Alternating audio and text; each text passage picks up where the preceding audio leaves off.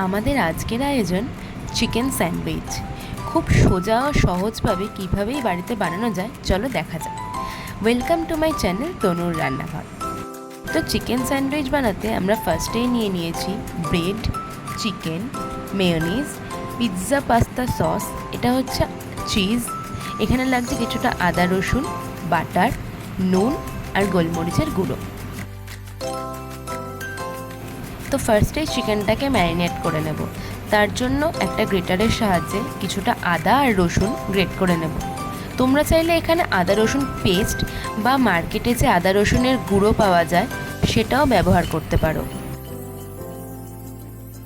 আদা রসুনটা গ্রেট করা হয়ে গেছে, এবার দেব সামান্য পরিমাণ নুন আর গোলমরিচের গুঁড়ো।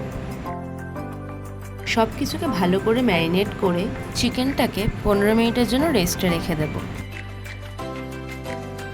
চিকেনটাকে সিদ্ধ করব, তার জন্য ওভেনে একটা বাটি বসিয়ে তাতে কিছুটা পরিমাণ জল দিয়ে নিয়েছি, আর জলটা হালকা গরম হলে তাতে চিকেনটা অ্যাড করে দেব। দেখো চিকেনটা কিন্তু পুরোপুরি সিদ্ধ হয়ে গেছে আর জলটাও পুরো টেনে নিয়েছে।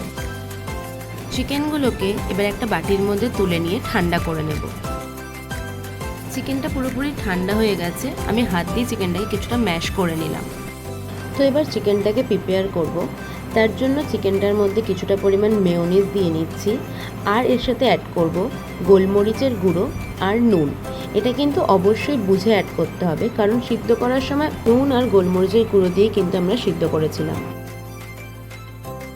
একটা ব্রেডের স্লাইস নিয়েছি, এবার ভালো করে তার মধ্যে বাটার স্প্রেড করে নিচ্ছি।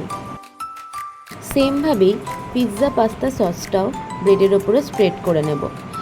তোমরা এখানে টমেটো কেচাপও কিন্তু ইউজ করতে পারো। ব্রেডের ওপরে এবার চিকেনটাকে দিয়ে নিচ্ছি। যারা চিকেন খাও না তারা এই রেসিপিটাই পনির দিয়েও কিন্তু ট্রাই করতে পারো। চিকেনটা দেওয়া হয়ে গেছে, এবার একটা গ্রেটারের সাহায্যে চিজটাকে ভালো করে গ্রেট করে নিচ্ছি।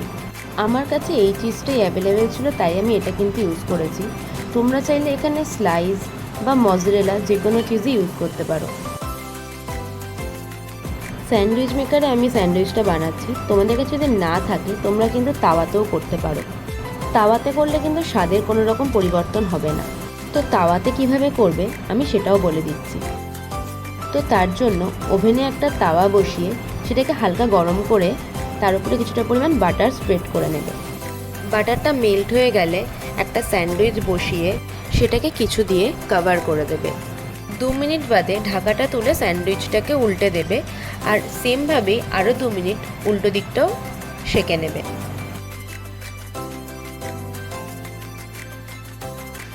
আর এখানে দেখো কথা বলতে বলতে আমাদের স্যান্ডউইচ কিন্তু একদম তৈরি। আর দেখো ভেতরটা কিন্তু একদম চিজি একটা ব্যাপার এসছে।